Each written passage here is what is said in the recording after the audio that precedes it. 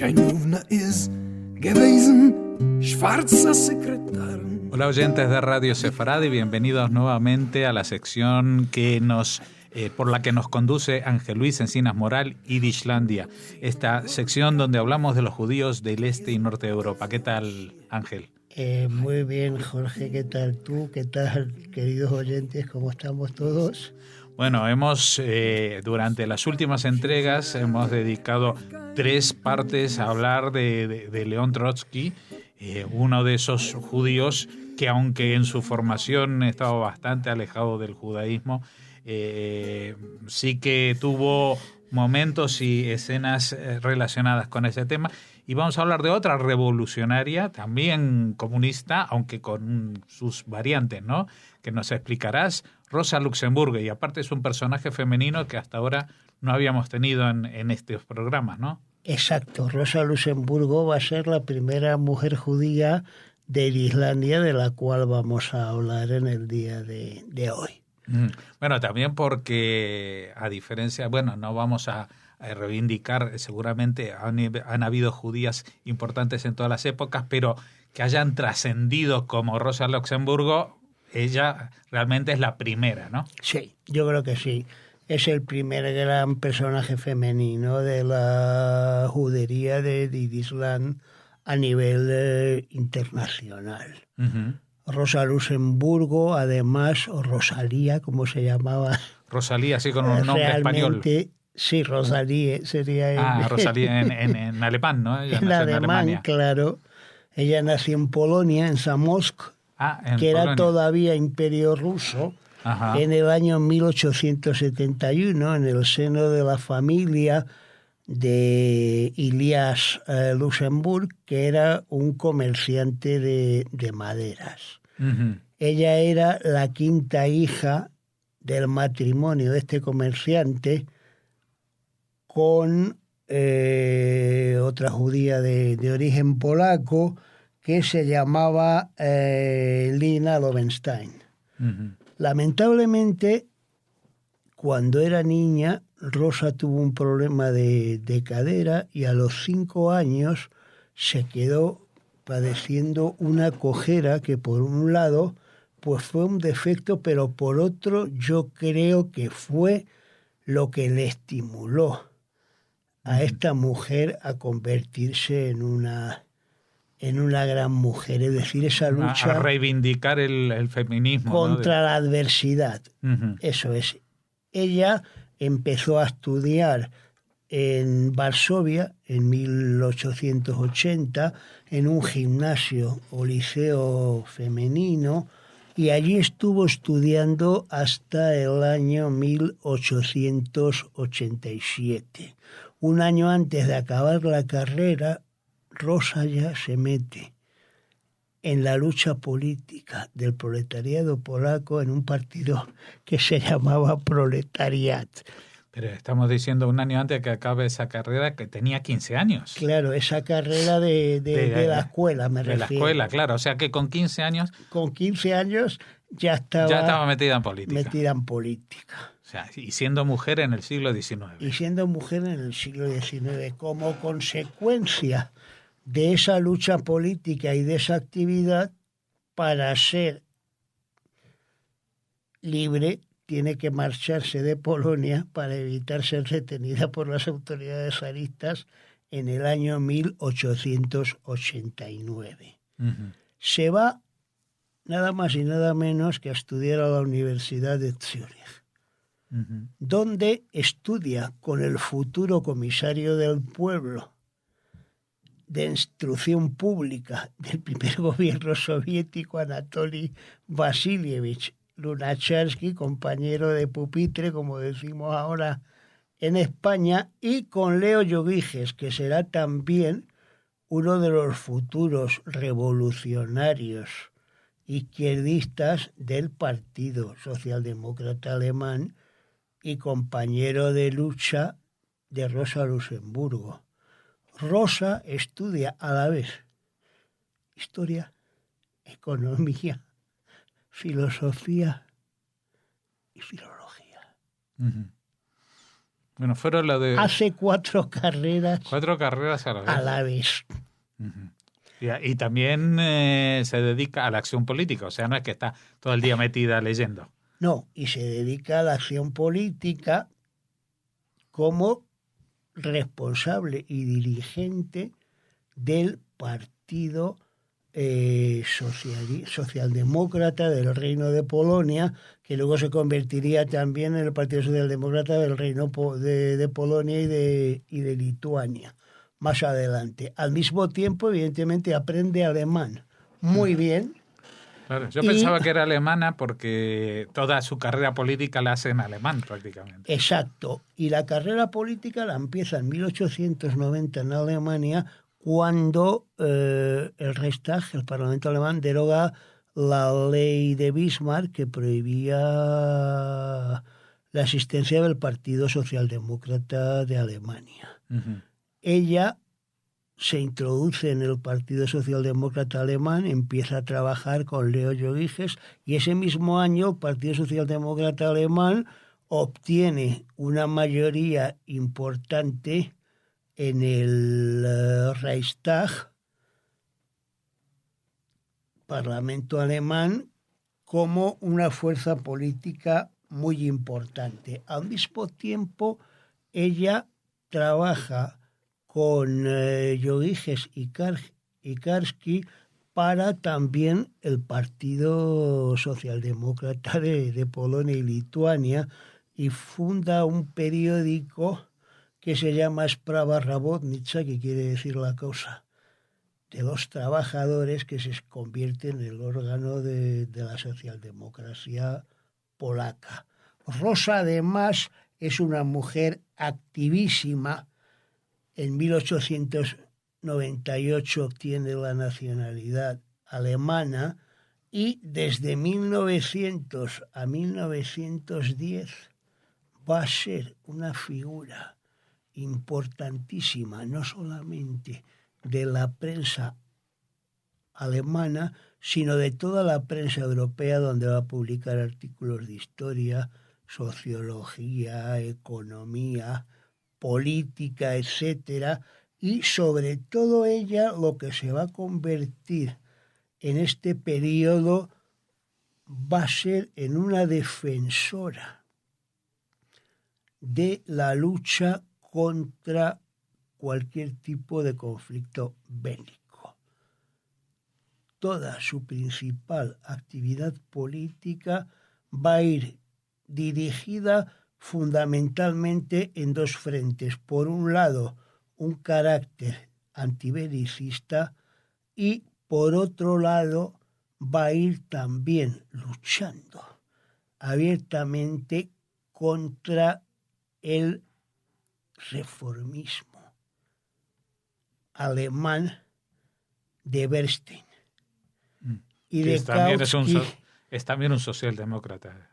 Sí, Bernstein y Kautsky son 2 miembros del SPD alemán, el Partido Socialdemócrata, los cuales pues empiezan a tener una posición preponderante en el seno del partido.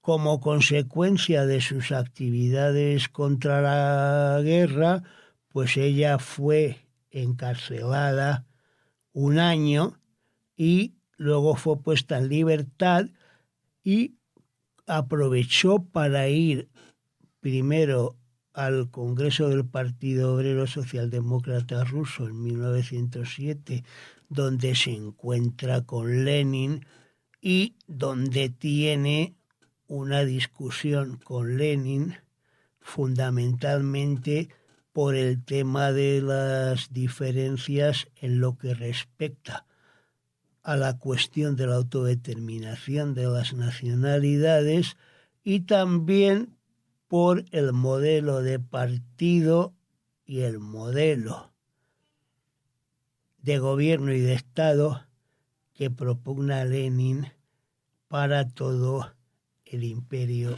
ruso.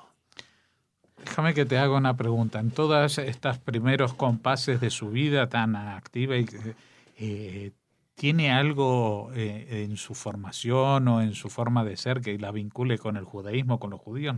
parece que no, ¿no? No, ella es completamente laica. Yo creo que ella lo único que mantiene del judaísmo es la cultura yidis que ha recibido de su familia, pero nada más. Ella no es una persona religiosa ni mucho menos. No, pero más allá de lo religioso tampoco se vincula especialmente con otros judíos de los partidos que están actuando, ¿no? O sea, no tiene una vinculación. Ella no tuvo, curiosamente, una relación muy estrecha con los judíos europeos, por ejemplo, a diferencia de Trotsky. Uh-huh. Ella, curiosamente, con quien va a tener relaciones muy estrechas va a ser, por ejemplo, con Jean Jaurès, a quien conocen, el líder del Partido Socialista francés, que va a conocer en el Congreso de la Socialdemocracia, que tiene lugar en Stuttgart también en 1907, y con el cual pues va a ir elaborando también toda la política contra el estallido de una guerra mundial. Que ya venía, o sea, ella ya sabía que eso iba a pasar, ¿no? Sí, ella era consciente de que esto iba a ocurrir, sobre todo, evidentemente, a partir de que en el año 11 y el año 12 pues tienen lugar las guerras balcánicas, en las cuales pues ya se empiezan a mezclar los intereses de Francia, la Gran Bretaña, Rusia, Alemania, el Imperio Austrohúngaro, y es evidentemente que un reparto del mundo pues puede ser posible en esta línea. De hecho, ella ya en el congreso que tiene lugar en Berlín de la Socialdemocracia en 1912, precisamente elabora junto con Jean Jaurès una ponencia diciendo que lo que tienen que hacer los partidos socialistas en caso de que estalle la guerra es precisamente declarar la huelga general revolucionaria en toda Europa y la objeción de conciencia a servir en los ejércitos de los diferentes países europeos para evitar el enfrentamiento entre los trabajadores de los diferentes países de Europa. Uh-huh. O sea, ya entonces se manejaba este término de la objeción de conciencia. Sí, es curiosísimo. En el documento que firman, precisamente sí figura esa palabra. Claro, pero es que estamos hablando justamente de una época donde se están perfilando y ahondando los nacionalismos justamente en toda Europa. Y esta es como una corriente que va en contra del sentimiento patriótico de cada uno para decir es más importante la clase a la que perteneces que la nación. Claro, eso es un poco siguiendo los términos y las ideas que había lanzado, como habíamos visto ya en otros programas anteriores, Marx, diciendo que los trabajadores no tienen patria, ¿no? Proletarios de todos los países unidos. Entonces, en esta línea, ella aboga precisamente por esa respuesta a la política de las futuras potencias beligerantes. ¿El problema cuál es, amigos míos? Es que el día 3 de agosto de 1914, Rusia, Alemania declara la guerra a Rusia y todos los diputados del Reichstag, incluidos los socialdemócratas, votan unánimemente a favor de la emisión de bonos para financiar los gastos de la guerra. Con lo cual, evidentemente, Rosa se queda bastante asombrada por ver en la práctica el peso real que tenía entre la clase obrera alemana el patriotismo frente a lo que denominaríamos en términos marxistas la conciencia y la consciencia de clase, siguiendo a Georgi Lucas. Ella, desde que es asesinado Francisco Fernando en Sarajevo, el archiduque de Austria empieza a hacer una campaña inmensa contra la guerra y contra la movilización de los trabajadores, y es arrestada por ello y condenada a 2 años de cárcel.